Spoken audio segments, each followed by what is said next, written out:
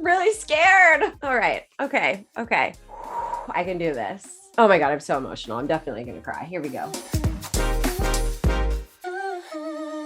Hello. Welcome back to the Truth Doctor Show. My name is Dr. Courtney Tracy. I'm known as the Truth Doctor. And on this show, I talk about the world through a mental health lens, using pop culture and the media as my medium. Before we get started, I want to say that my heart and prayers are with the people of Ukraine. I haven't really been on any of my social channels recently because of how heavy all of this feels. And whenever human beings are being hurt, threatened, killed in any way for any reason, it affects me.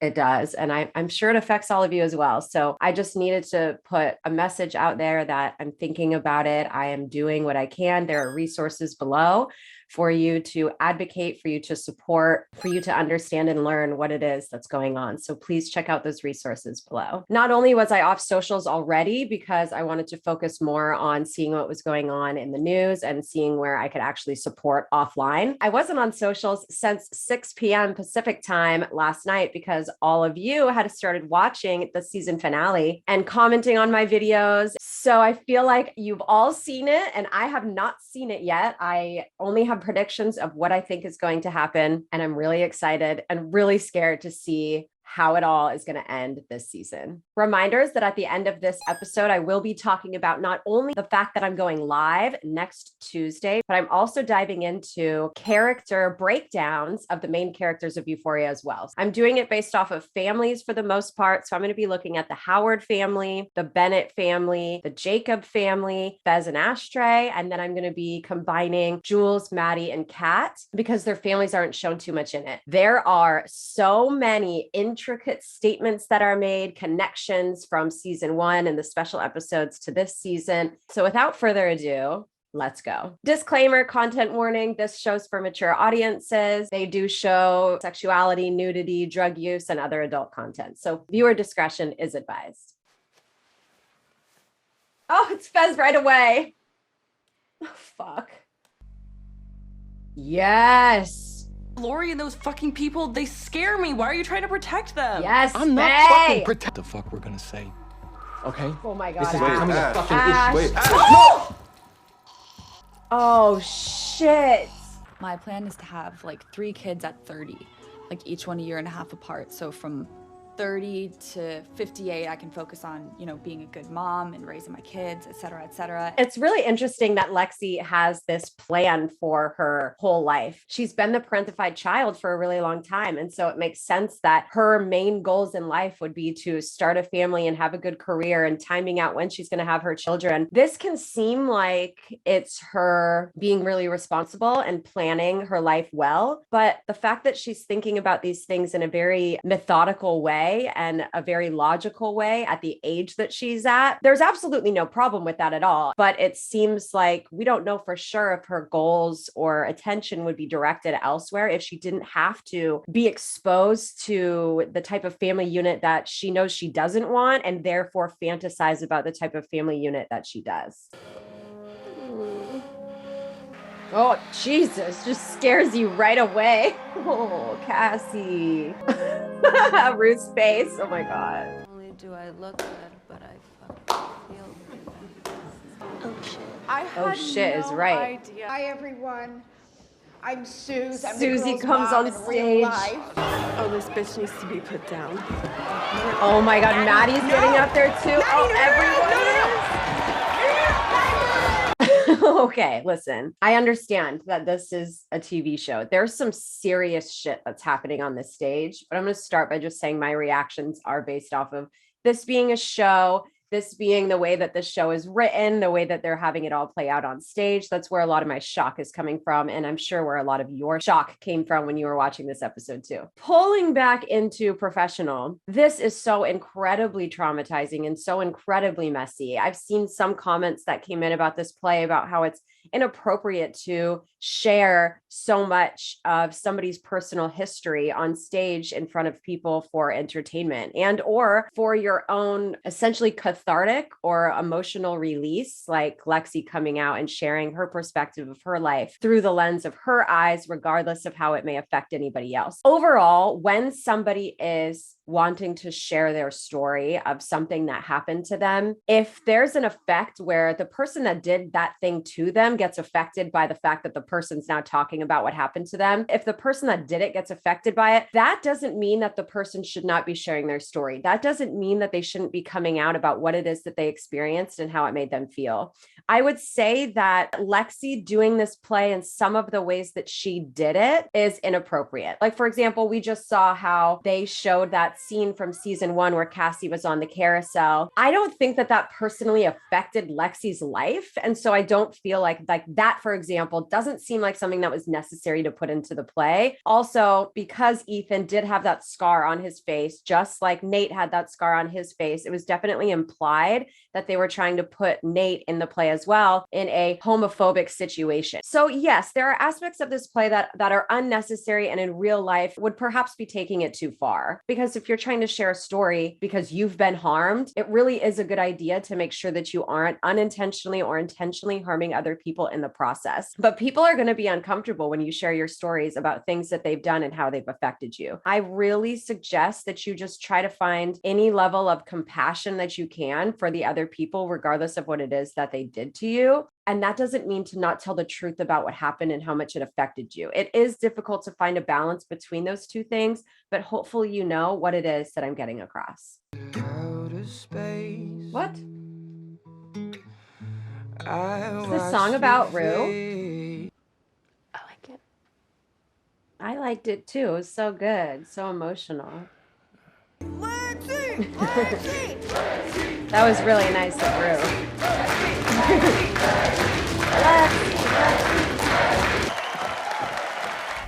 Oh no.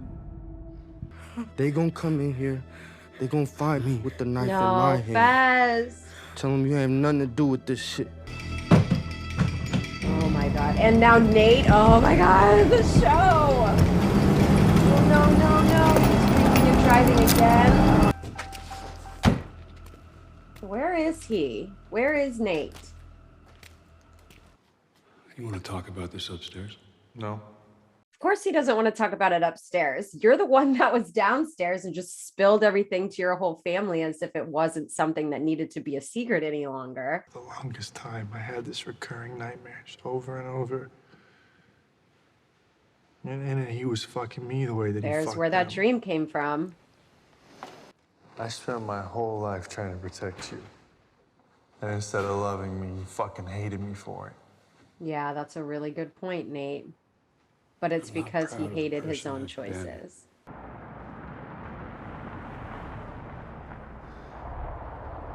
Nate, What is going on? don't do this. You are. Oh, you shit. I don't think you're ever gonna change. Oh my God, so sad. Nate is such a hurt child. Now that all of the pieces are being put together, you can see that when he was in the truck with Jules and she asks, "Why are you giving me this disc?" And he says it's for a stupid reason. We now know that it was because he was going to tell the police that his dad had been sleeping with prostitutes and he didn't want Jules' disc to be on that flash drive when he gave it to the police because he understood what it felt like to have his dad's secret obsession and secret sexuality affect him in a similar way that it affected her. And the reason that I got so emotional was because the way that he was looking at his dad, when you have to say goodbye to your parents because you know that they're not going to change and they're causing you more harm, an apology isn't enough and they can't give you the type of love that you need them to give you.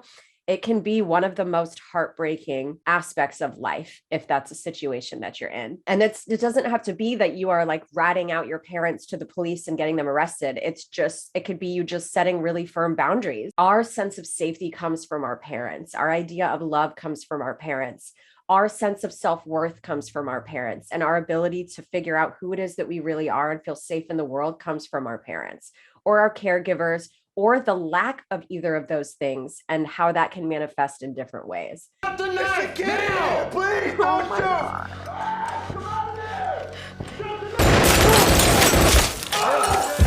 God.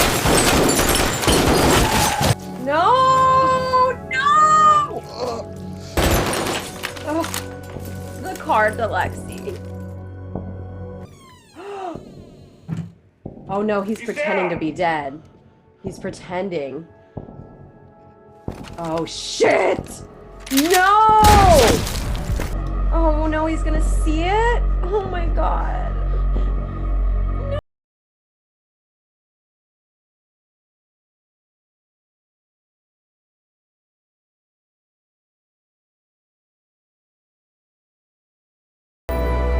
Okay, I'm like so invested in this show. The effects that Ashtray getting shot right in front of Fez is going to have is going to be absolutely lifelong. Even the effects of hearing about somebody that you love that's passed away has lifelong effects. I've been exposed to friends who have been shot and killed by the police, who have stabbed each other, who have overdosed. I've had clients at a detox center who have tried to overdose and take their life. I have had clients who have taken other people's lives, and just the thought of knowing who those people were whose lives that were taken lives with me still today. There's so much trauma within this culture, within this environment. And in the beginning of me doing these React videos, I was talking a lot about drug culture and how there's respects, rights, rules, morals, and values that happen within this culture that people like wouldn't expect to happen, because there's also things like violence and murder and suicide and overdoses and run-ins with the police and so on. Death is overwhelming. The death of a loved one may be one of the most overwhelming things that you can ever experience or hear about happening in your life. I was in the hall when you died. Yeah, exactly. And I guess Rue saw it too. This feels like a movie. I know a lot of people feel that way when traumatic things happen to them. People tend to think that traumatic things feel like a movie for a few reasons. One, it could just be because it's something that they've never seen before other than in the movies. But other times it could be something called derealization or depersonalization. And this is a form of dissociation. When you're experiencing something traumatic, or you're experiencing traumatic effects of something traumatic that happened in the past, you can experience something that's called pathological dissociation. And there's two types of dissociation: depersonalization, which is where you feel detached from yourself and who you are as a person. Like maybe you feel detached from your body, like out of body experiences, or you feel like your thoughts aren't your own or your mind isn't your own. That's depersonalization. Then there's also derealization, which is where you feel detached from your surroundings and you feel as though you're walking in a movie or in a dream or something like that. The survival and evolutionary benefit to dissociation is so that we can detach and experience less pain that may be coming in from the situation or event that we're currently experiencing in the moment. When people experience dissociative qualities of PTSD or complex PTSD, or sometimes anxiety, or sometimes ADHD, there are so many different ways that our mind and body could be functioning that could allow us to go into this dissociative state. And it's usually all a form of protection. Now, there's also non-pathological dissociation, but people don't really realize dissociation is on a scale. So there's dissociation where you're just kind of in autopilot also, where your mind detaches from what it is that you're doing. Like when you are driving or commuting and all of a sudden you're at work and you don't realize that you weren't consciously present that entire time. We are taking in so much information at all times that we can't actually consciously process all of it, because there's literally too much to process. So once we're exposed to something for enough times, and we can kind of gather how to do it, like drive a car, tie our shoes, walk, talk, read, those things become automatic. And it's not that we're dissociating while we're doing that, but a part of our mind is dissociated because we're not thinking about that activity that we're doing, like driving a car and turning the steering wheel, when we're just singing a song at the top of our lungs instead. We're doing both, but we're only associating and focusing on one. What I'm trying to say is dissociation is a natural experience in the mind that is used quite often by your mind when you're experiencing trauma, so that you can detach from the experience and not have as much suffering. I wonder how this play is going to affect Rue. Yes.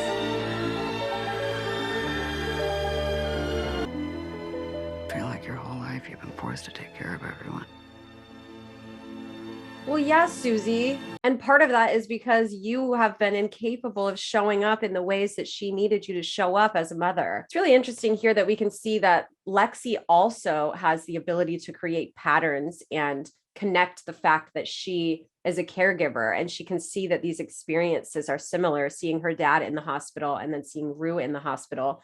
It's traumatic. It's painful. It feels as though it's pervasive. There's been a lot of talk about whether or not Rue losing her father was more traumatic than the way that Cassie and Lexi lost their father. And honestly, they can both be just as traumatic, but in different ways. Seeing your parental figure, whether it's for medical reasons, mental health reasons, substance use reasons, developmental reasons, or socioeconomic reasons, to see your caregivers unable to take care of you as a child, and then even to see them walk away or lose their life or in any way leave you, is truly forever damaging. It doesn't always have to be a lifelong effect. I mean, it will change you as a person, but you don't have to have pathological effects or disordered effects for your entire life. And hopefully that brings some solace, because grief can and does get better over time. It just hurts because grief is love with nowhere to go.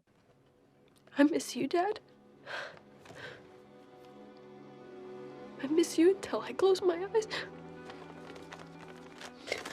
That's it. I just wanted to tell you that I thought your play was really beautiful. This is nice. I'm very glad that Rue, from what it seems, has been able to understand that Lexi has been paying attention this whole time to the emotional pain that Rue has been trying to run from, and has understood it and has held it with Rue, for Rue, because Rue hasn't necessarily been able to. Not that Lexi's doing it because Rue hasn't been able to, but that Lexi has been holding on to it and understanding Rue in a way that I think Rue thought nobody was understanding her. And so I love that Rue is sober, that she was able to see this experience, and that she's wanting to reconnect with Lexi. I think your play was the first time I was able to look at my life and not hate myself. Yeah, exactly. But you've been through a lot and you know what to do with it. I don't know about that. Yeah, Lex, look what you made. People are born with different qualities, and people are born into a world that treats certain qualities in certain ways and other qualities in other ways. When Rue says that she has no idea how to handle what it is that she's been through in her life in the same way that Lexi's able to handle everything that she's been through in her life, first thing that came up to me is that every single person is different. We tend to judge ourselves based on our ability to show up in the world in comparison to how other people show up in the world. There are privileges from race, class, ethnicity, socioeconomic status, family of origin, how they're raised. What are you taught about life skills? What are you shown about emotional stability? What are you shown about love? What are you taught about money? How much freedom are you given to be your own person and make your own choices and love who you want to love and have the personality that you want to have? There are so many different reasons why people cannot show up in the same way as other people. We are all so different. And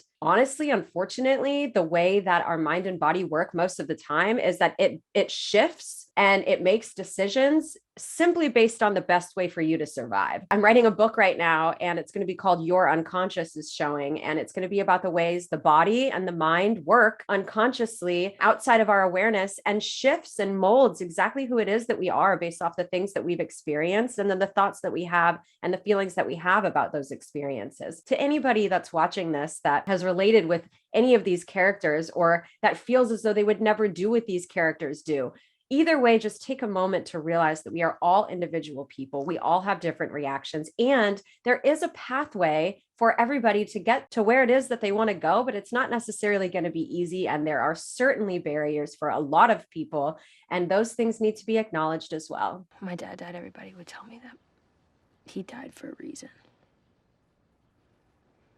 Oh, that shit used to piss me off. I would literally want to fucking strangle him. There is such a thing as toxic positivity, and this is one of those things. It's very important that we are careful with when we say it happened for a reason or everything happens for a reason. The reason can be the cause, or the reason can be the effect. And we have to accentuate the difference between those two things. When we say it happened for a reason, when people are grieving, they do not want to hear that there was an inevitable, purposeful reason that they lost somebody that they love. They don't want to hear that the cause was intentional, it was right, it was supposed to happen, like you're supposed to be in this amount of pain. That feels very dismissive and it doesn't meet people where they are at. I highly recommend against saying everything happens for a reason, it happened for a reason, there's a reason for everything. And instead to try to, if you're wanting to do this, support the person that you're speaking to by saying that you can help them through their pain. You had this experience and now we're going to put some intention to it and try to help you work through and strengthen your own experience of pain and suffering through this grieving process. And then hopefully be able to take that pain and find some purpose for it. But I think it's really important to be careful because people take that statement in many different ways, and often it can be dismissive, even if you don't mean for it to be. Because I know that he loves you a lot more than he loves himself. Rue is talking about her own experience as well here, not just what she thinks Lexi's dad is experiencing. Because that's been her attempt at trying to recover currently, is she tries to do it for other people. She doesn't have enough self-worth right now to stick with it. She might be on her way, but we've seen that she hasn't in the past. That's the end.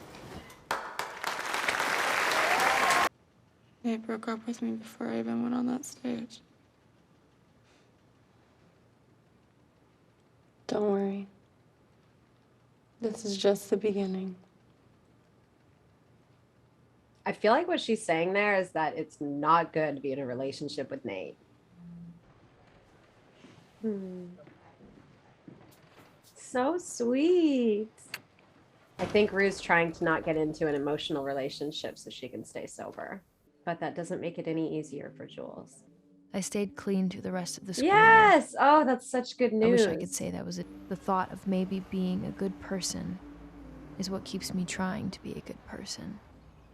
Hey Lord, you know I'm trying. Hey Lord, you know I'm trying. I love how they ended this episode with the theme of being a good person. I've had a few comments from people saying that I provide too much empathy. Even if I understand where people are coming from, it doesn't excuse their actions. And I've never said that the reason why somebody does the things that they do should excuse the things that they do. But every single person that I have met in my life, whether they have had the label of addict, murderer, liar, cheater, whatever it is, they all have a story of origin. They've all experienced pain. They've all done a good thing for somebody for no other reason other than to do a good thing. They experience sadness and regret and guilt and shame. And to me, those are qualities of good people trapped in a life where bad things happen to them and they may have done bad things also. I truly don't think that most people want to hurt other people. I think that some people that are hurt go on to just try to alleviate people's pain. And some people that are hurt do go on to hurt other people.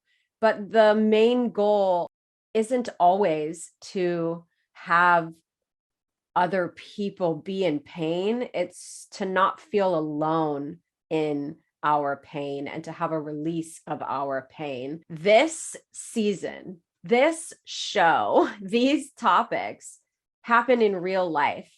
This is the story of so many people's lives in reality on planet Earth, with drugs, sex, infidelity, parentification, poor parenting, dealing with adult issues before you're over the age of 18. Life is not easy, and it can be very difficult to make the choices that we want to make that will create the life that we want to create, because so often our unconscious is actually what's making those decisions for us. It's not just the subconscious thoughts of us being traumatized. You don't have to have a traumatic childhood or a difficult upbringing or a hard relationship to make choices that you wouldn't actually want to make. The human brain functions automatically a significant amount of the time. It wants to fill in the blank spaces. It wants to find patterns. It wants to stay safe. It would rather be comfortable being uncomfortable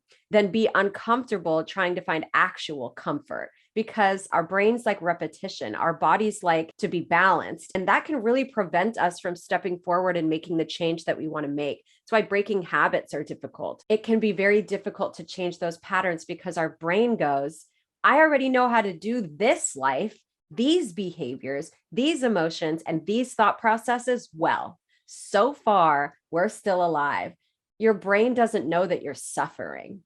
Your brain doesn't know that it's causing harm to other people. It just knows that either you're getting some sense of relief or this is easier because we've been doing it for years, whether that's addiction or running from our emotional pain or experiencing anxiety, depression, or trauma. We are far less in control of our lives than we think that we are. And that doesn't have to be pathological. It's just the truth of the matter. I absolutely love this season. Somebody told me that the next season, season 3, doesn't come out until early 2024. So to heat us over just a little bit, I am going to be doing character breakdowns and answering all of your questions. Like, does Cassie have borderline personality disorder? Will Cal or Nate ever be able to change? What is going on with the parents in this show and how are they influencing their children? Will Rue ever actually be able to stop using substances? And more questions like that. Also, hang out with me next Tuesday, March 8th at 3 p.m. Pacific time. I more so want to talk about like the themes of the show, trauma, addiction, and mental health overall. So let me know what questions you have about that live. Please also subscribe if you have not yet subscribed. This is not the only show that you're going to get these type of reactions from me. You can continue to learn. And so I want to know, now is the time. Tell me what you want me to react to next. The ones with the most likes and comments, I will go ahead and put in a list and we can vote for it on the community tab. Thank you so much for coming on this journey with me. I absolutely loved talking about this stuff with you. I loved connecting with you in the comments. So many of you are so compassionate, so empathetic, and also have been through a lot of stuff and can understand both sides and can understand the effects of being harmed by these types of behaviors as well. So I think we've created a small community here, and it's been really great to get to know you guys. And this is not goodbye, but it is goodbye for season 2 of Euphoria. Thank you so much for being a part of it. And as always, I am glad that you exist. See you next time.